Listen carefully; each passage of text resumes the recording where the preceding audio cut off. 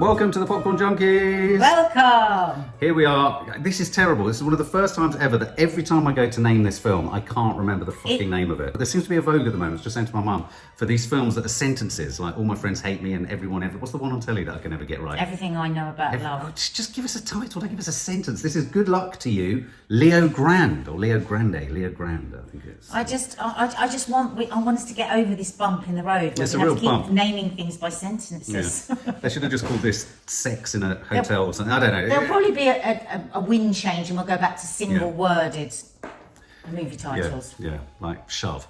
Okay, so this is Good Luck to You, Leo Grande, obviously starring Emma Thompson and Daryl McCormack, who we will know, though people have drawn this to my attention, though I don't remember him at all. He was in Peaky Blinders. And it's directed by Sophie Hyde, and Sophie Hyde made a film called Animals, which was about young women, toxic friendship. But this is also written by Katy Brand, and you had the great experience of meeting Katy and interviewing Katy and Emma, didn't you? On Loose Women. They came on Loose Women last week, and we were so excited about meeting Emma because she's just a great bird, and she didn't disappoint. She was just fantastic. She came in with such energy, and she's just so ultra bright, isn't she? And so it was really good. So we all watched the film for that. Yeah. So and I saw it at the Sundance. So this is like one of the Sundance darlings films. Really, everyone very excited about it. And it's a really challenging and I think neat one-line pitch, isn't it? We saw the trailer. We got a huge reaction to our reaction to the trailer because you weren't at all shy in showing how sort of almost revolted you were by an almost huge swathes of what potentially this film was going to be dealing with, because it does get cringy, it does get uncomfortable, it is discomforting, it is a bit all those things. And I think, so what is it about? It's about a woman who essentially hires a sex worker for a night. She's a widow, and she wants to essentially run through a checklist of sexual experiences that sadly she didn't experience with her husband. because the whole of their marriage, it was very much climb on top, quick go at it, pyjamas on, back to sleep, which I think was a bit of a problem for me just in that, because how can an intelligent, and also a good question to the movie, a good theme, how does an intelligent woman who has a sense of what she wants goes for so long without asking for what she wants and not being able to have that conversation. And I think so many relationships are like that. I mean, to me, it is unimaginable to be able to stay in a situation where the sex is so cold and so one-sided that wouldn't bleed into every single moment of my day. And yet we know that millions of people live like that. And, talking to Katy, the writer, she said, this is the reason she wrote this story was she's fascinated by the question around why do we feel ashamed to ask for what we want, and where does that come from? And the thing is, her husband also couldn't ask for what he wanted. Emma Thompson's, not Katy Brand. The character. Yeah. Like how can people stay in a marriage and to be able to have sex like that and to not have any intimacy whatsoever? Well, I think it's interesting that Katy Brand said that's what the film was about, because in a weird way, I would say that was where the film was least interesting, was in what it was wanting to be about, if that's what it was about. Because I always am shocked and horrified, and you sort of think, oh my God, like you sort of think, oh God, how could you have a sexual life like that? Not a relationship, but a life. But I think we mustn't forget, this is parked within a certain generation, though she's 62, so she's only 4 years older than you. I was it's funny, as I came to the film and I was looking at her as an older woman, I was looking at her as much older than someone I'm in a relationship with. I was parking her like at 80. Yeah. I was thinking, this is an 80-year-old. There's a wonderful moment in the film where she says to the sex worker, Leo Grande, so we think he's called Leo Grande, played by Daryl McCormack. She says to him, who's the oldest? What's the oldest you've slept with? know. And he says 80. 80 something. Yeah. And she said, suddenly I vaguely feel vaguely kind of all right about that. But just to pause you on that. But no, so just to finish that thought though, yeah. I too am horrified, and I just wondered whether it was a bit of an obvious move that this was a woman who'd had a really boring, pedestrian, functional, missionary sex life. It never ceases to fascinate me, this, from a woman's point of view, because I think more women definitely have shame and guilt about masturbating than men do. Right. I mean, I still go, when women talk openly about using a dildo or talking about masturbating, younger people, you say, I still have, it takes my breath away. Right. And it's like, where does that come from? Where does that shame and guilt come from? Why? If I was to go upstairs right now and masturbate, nobody knowing, right, and nobody being affected by that on this planet, we'd probably hear the floorboards. Why would I feel a little ashamed? Well, and have to be secret. But can I? That's what. How do people stay in these long? And I know this because I talk to lots of women that will say to me they just have sex because it's what their partner wants them to do, and they have no pleasure in it whatsoever anymore, but it makes for an easier day, and it makes for an easier morning, and it makes for an easier week. And I think why that's more of interest to me than to you is I don't think men have those same conversations in the same way that women do about that. How did me saying what I said lead to masturbating upstairs? I don't understand. I was trying to connect to what I'm talking about the fact that within this, the theme of this film is this woman has been 30 years not having anything, any kind of sexual pleasure, and then she suddenly wants it all in one fell swoop. Well, yeah, and she does, and I had one of the problems. Okay, so there was a whole range of things about this film. I'm going to say from the get-go, there was so much about this film that I liked, and there's so much about this film that I thought... surprised, I didn't think you would. Yeah, and neither did I. And there was so much about this film I didn't like, and that didn't work. And it was all the bits in the most unlikeliest of places that worked for me, and in the most unlikeliest of places, or likeliest of places, that it didn't work. But one of the things that I felt a little bit let down by quite early on was, I have to say, though I love her, and I really love her, I think I've got a bit of a crush on her, actually, Emma Thompson. I think we all love her. Yeah. I was a bit disappointed that she was a teacher, an ex-teacher, a religious education teacher. She was too extreme. I was pushing it far too far that you would go from talking to kids about spiritual stuff to wanting to put a blowjob at the top of your kind of hit list, checklist, bucket list. Do you think that's because of the wish for it to also be a comedy, which is what they both spoke about? Interesting, and I think that would have been the intention. I don't think it worked in a weird way. Because I think where this film was richest, and I'm really pleased you said that, because as you say, they said, it's a sex comedy drama. This is where I think problems for this film encounters real problems. It is striving to be a comedy, but it's dealing with subjects that are so deep and so meaningful and so strong and powerful and laden with meaning that I hate to say it, I almost felt like if you could carry on thinking this was a comedy, you haven't got a full grasp on what the fucking themes are. But it's almost like that was a little bit of the shyness, maybe, almost, and the fear of actually the subject, that maybe. it was a bit protected by making it a bit nervous more, about going there. And you say making it comedic because sometimes it felt like forced rather than it just being the natural comedy that would come out of a hugely difficult and awkward situation. Yeah, well, because I mean, I can quite easily with Emma Thompson ditch Nanny McPhee. But I found the spectre of Nanny McPhee kept rearing its ugly head for me. And that I had to keep shaking my head and going, go away, Nanny McPhee, go away. Because she would get so officious. She would be so sort of the list making. You can take the teacher, you can't get the teacher out of the teacher and the woman out of the teacher. I've been teacher. And for me, that's obviously the character of the woman, and I think it is what a lot of women of a certain age, it's a persona that's put out, which is a sort of tougher shell, that, there's either been disappointment, hurt, loss, confusion, whatever, sadness in relationships. I recognise all of that. I really wanted to puncture beneath the shell of Emma Thompson's character, and I felt even up to the end, we never really punctured beneath that efficient, teacherly, schoolmarmly kind of thing. And so it was almost like she wasn't vulnerable enough, even though all the press around this film was about how vulnerable and brave she was to show her body and leave herself sort of, vulnerable. But why did we have to see her vulnerable? Because I felt that I just didn't believe that someone who had led such a buttoned up life would have such a hit list of things to want to do. Especially having been a religious education teacher, it didn't stack up as true. I would have much preferred it if she was someone. But is that because we want the stereotypes of what we think a woman who has sexual desires is? I think the thing is, you would be absolutely astonished. Sometimes when you see these documentaries about swingers, it's like a nudist people, and they're the most unlikely of people.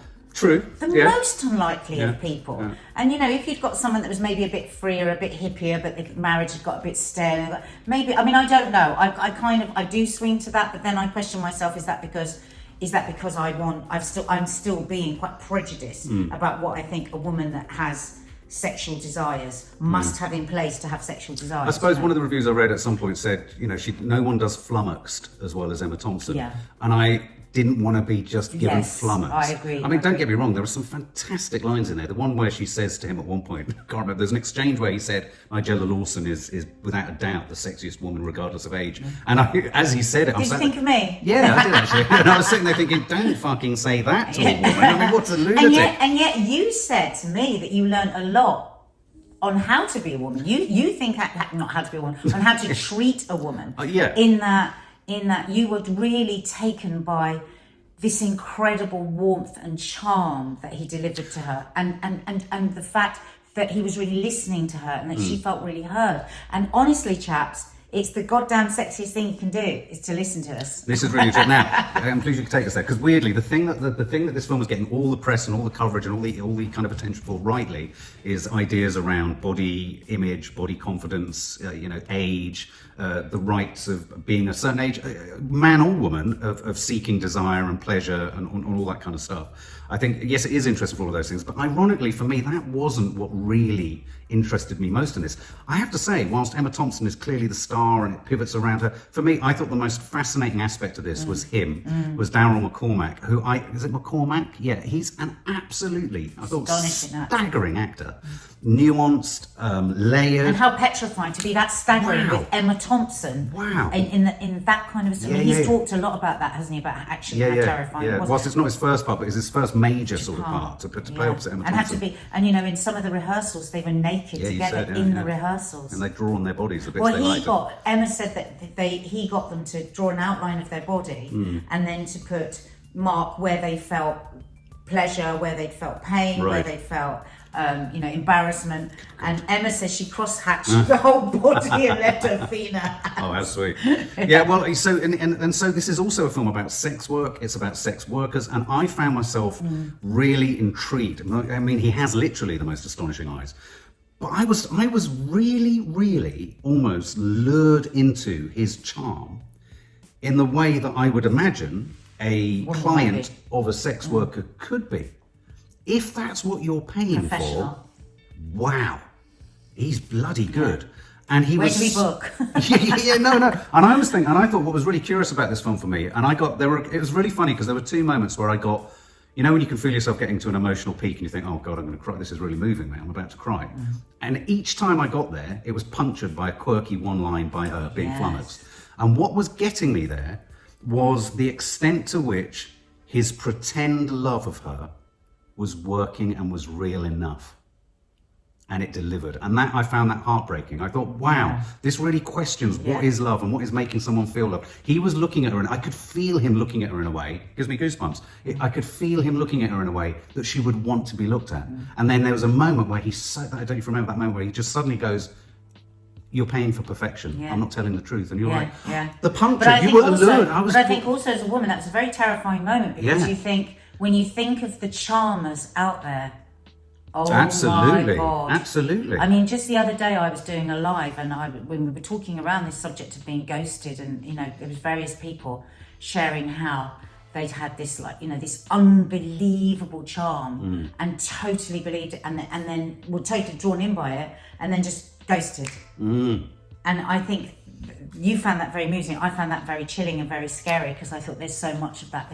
Not just from men, from women as well. But I also think, and we had this discussion after you'd seen it, where you said, but you could also learn something from that if you're having trouble in communicating with a woman. And to just sort of break down a bit of what he was doing, because you can fake it to make it, and then it can become real. Absolutely, I would recommend this as a film that all straight, but I say straight only because it's a heterosexual relationship in the film, though he's a sex worker who sleeps with men and has male clients too. I would recommend all straight men in heterosexual relationships to watch this film for an absolute rigid checklist of how to treat a woman. Isn't that bizarre? I mean, I genuinely would say that, because he was so good. He was so charming. That's what we all want. Absolutely, and that should be the baseline.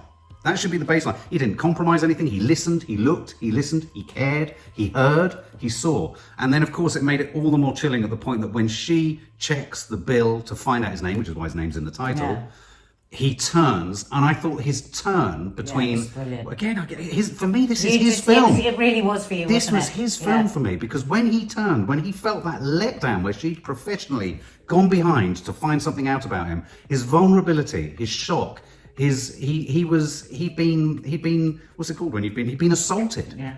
His trust had been broken. The transactional trust had been broken. But it was also his business. It's also his business. business. It was his Exactly. business, she was saying. And but what I think this film was at its cleverest when we as the viewer were charmed into the belief of what he was giving us and her. And then you were dragged back to the reality of oh, actually, hang on a minute, this is a transaction, this is costing money, and she's only going to just be able to squeeze 3 more meetings out because it's quite expensive. And so I became fascinated with the role of a sex worker. Yeah. And I think this is as interesting a film about that as it is about... I wonder if there's a male sex worker anywhere in the world that's as good as him.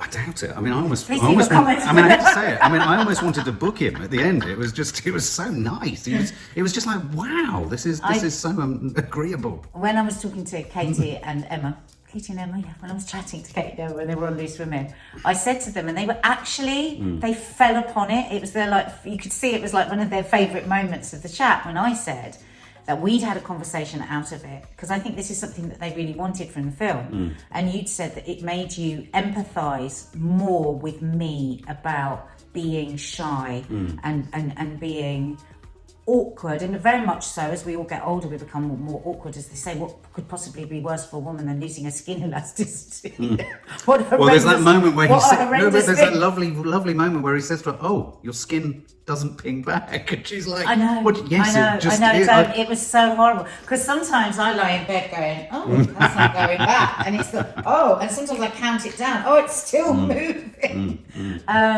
But he makes sort of fascinating, doesn't he? Oh, absolutely. But I wanted to ask you. But you'd said that you empathised more.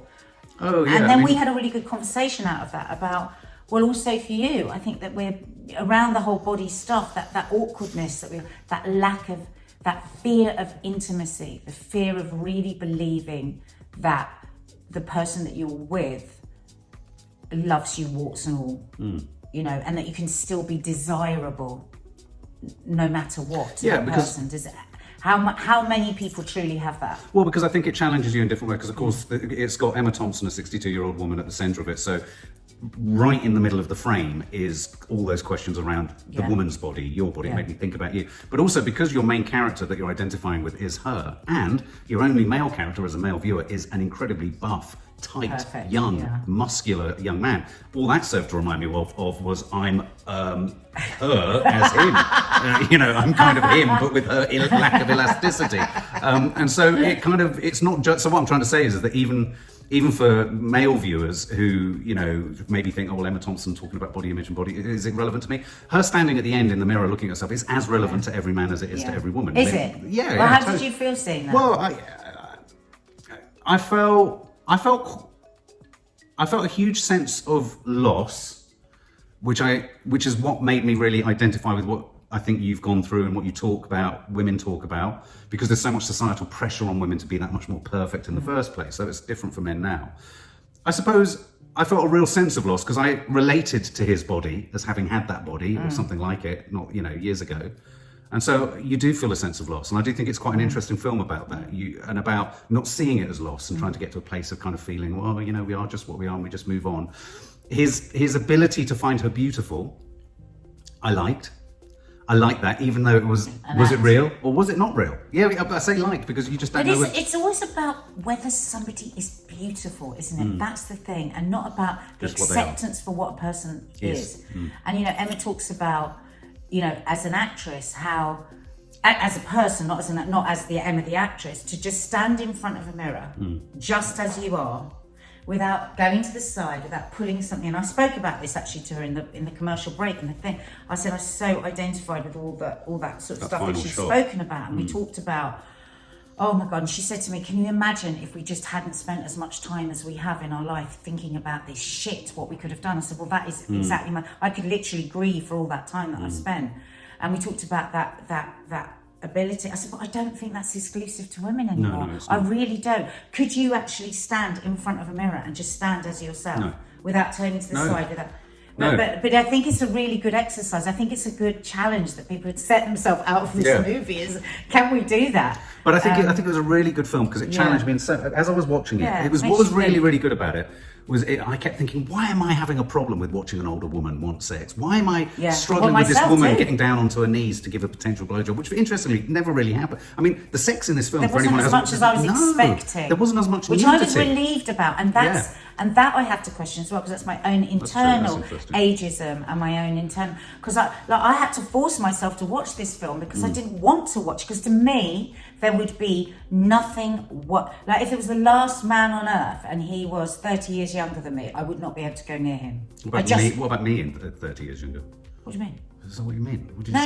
It's just I couldn't make myself so vulnerable. I think it takes an enormously strong woman to be able to have sex with somebody so much younger than themselves, because all I would be thinking, because I've thought that all my life anyway, I'll be repulsive, I'm repulsive. So I didn't really want to watch My Greatest Fear.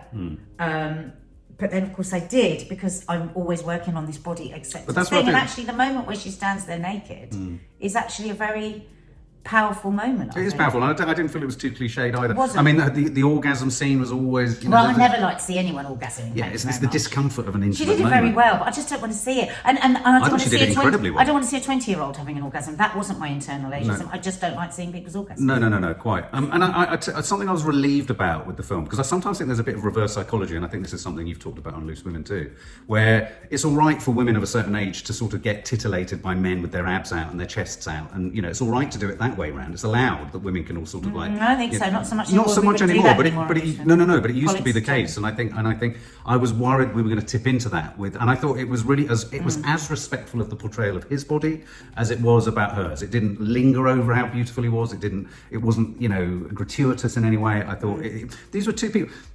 When we then move outside of it as a film, the weird thing about all of this is it was such a thought-provoking film, and I thought it just didn't work as a film. I thought it didn't need to be a film. I didn't feel that the filmic nature of it added anything to it, and I was almost screaming out for it to be a play. And I really didn't like the final scene where they were in the kind of restaurant area and an old student of hers came over. I don't think we needed that at all. I hate that sort of tie-up. What was the last film we reviewed where they did something similar? It was a very eggy tie-up. But also, within that tie-up, the suggestion that actually he had more feelings for her than perhaps he had. I mean, I tell you what I was pleased it didn't do. I was expecting it to go the route of she would become over-attached to him and struggle with losing him. I like that. Yeah, of course, that's absolutely what you needed not to have. But I still do, I think the fact that we've had so many conversations out of it, and we've thought about so many things, it is thought-provoking, and sometimes that's what I'm not so sure about the play idea though, because as soon as it's on stage, there has to be, by the nature of it, more playing out. And just because it's in one room, and it is two people, that's what Emma Thompson said to us when we were chatting to her in the break. She said, you have to be careful, just because it's in one room and it's two people. I'll rephrase what I'm saying. I think I'll rephrase, because you've said what Emma said about the fact that they wanted. I agree. But the way they did it didn't exploit the filmic qualities enough. Yeah, exactly. It's not so much that it should have been play, but you felt it wasn't. Maybe it could have become more granular. Value. I felt it could have got much more granular. I felt it could. Every time Emma Thompson's face was on screen, there were very few moments where she was just in reflection mode, without even a sort of a muttering, flummoxed line to us. I have a wonderful line about feeling like Rolf Harris at one point. I could have done with a bit more. I was ready to go on. I was ready to be punched in the chest in a sort of really emotional fashion, and I felt it kept tugging me back to humour. Kept puncturing that, didn't it? That was the problem with it.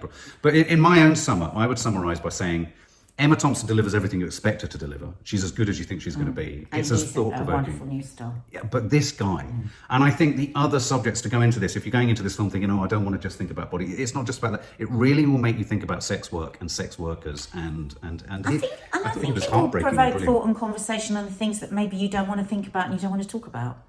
That's the thing. So I think for every person, it was just so different for you watching you and what you got from it. And, I'm still so fascinated why we're so ashamed to just stand and look at our body, and why we're so ashamed to ask for what we want in bed. And I'm fascinated by the idea when it harms no one. Yeah. Why? Where does it come from? And I'm fascinated by the idea of, does it matter if love and attention isn't real, if the love and attention is You as feel it. convincing as this guy fucking makes it, Jesus Christ. Well, I suppose as long as they can keep it real till the day you die, keep it as good as that. But if you've ever got to find out the truth, Well, there some may say it was still worth it to feel the high. yeah, absolutely. Anyway, numbers below. For more film and family fun, don't forget to click the subscribe button and make sure to click the bell to never miss an update.